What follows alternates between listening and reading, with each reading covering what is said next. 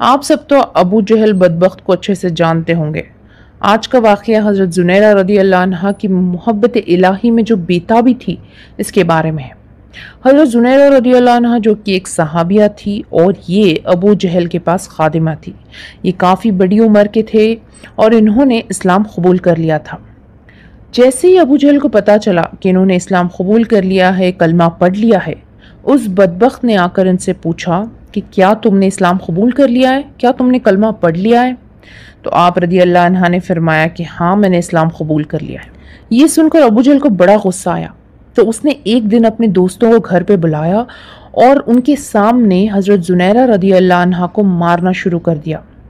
لیکن حضرت زنیرہ رضی اللہ عنہ برداشت کرتی رہی، کیونکہ وہ اللہ کے نام پر بڑی سے بڑی تکلیف برداشت کرنے کے لیے تیار تھی۔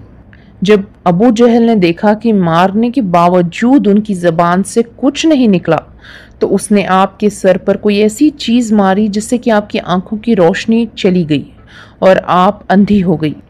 اب وہ سبھی بدبخت لوگ مل کے آپ کا مذاق اڑانا شروع کر دیے۔ وہ لوگ کہنے لگے کہ دیکھو تم ہمارے بتوں کی پوجا چھوڑ چکی تھی نا، اسی لیے ہمارے بتوں نے تمہیں اندھا کر دیا۔ اب حضرت زنیرہ رضی اللہ عنہا مار برداشت کر چکی تھی، مشقتیں اٹھا چکی تھی، یہ سب سزائیں برداشت کرنا آسان تھا ان کے لیے، لیکن جب انہوں نے یہ بات کہی تو آپ برداشت نہ کر سکی، چنانچہ فوراً تڑپ اٹھی اور اسی وقت کمرے میں جا کر سجدے میں گر گئی اور اپنے محبوب حقیقی سے راز و نیاز کی باتیں کرنے لگ گئی۔ عرض کیا، اے اللہ، انہوں نے مجھے سزائیں دی تو میں نے برداشت کیا، اور میری ہڈیاں بھی توڑ دیتے تو بھی میں برداشت کر لیتی، وہ میرے جسم کو چھلنی کر دیتے میں یہ سب کچھ برداشت کر لیتی، مگر اے اللہ تیری شان میں گستاخی کی کوئی بات برداشت نہیں کر سکتی۔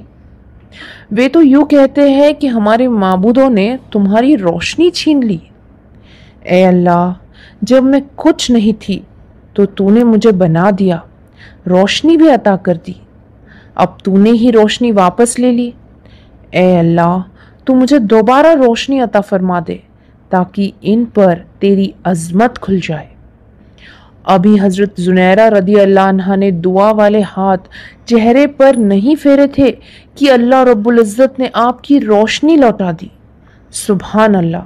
یہ وہ وقت تھا جس وقت مردوں میں تو محبت الہی کا جذبہ ہوتا ہی تھا، لیکن عورتوں میں بھی محبت الہی کا جذبہ بھرا ہوا تھا، اور اسی بات پہ خوبصورت سا شعر بھی عرض کیا ہے، جب عشق سے تیرے بھر گئے ہم، تو ہی رہا جدھر گئے ہم، تیری ہی طرف کو راہ نکلی، بھولے بھٹکے جدھر گئے ہم۔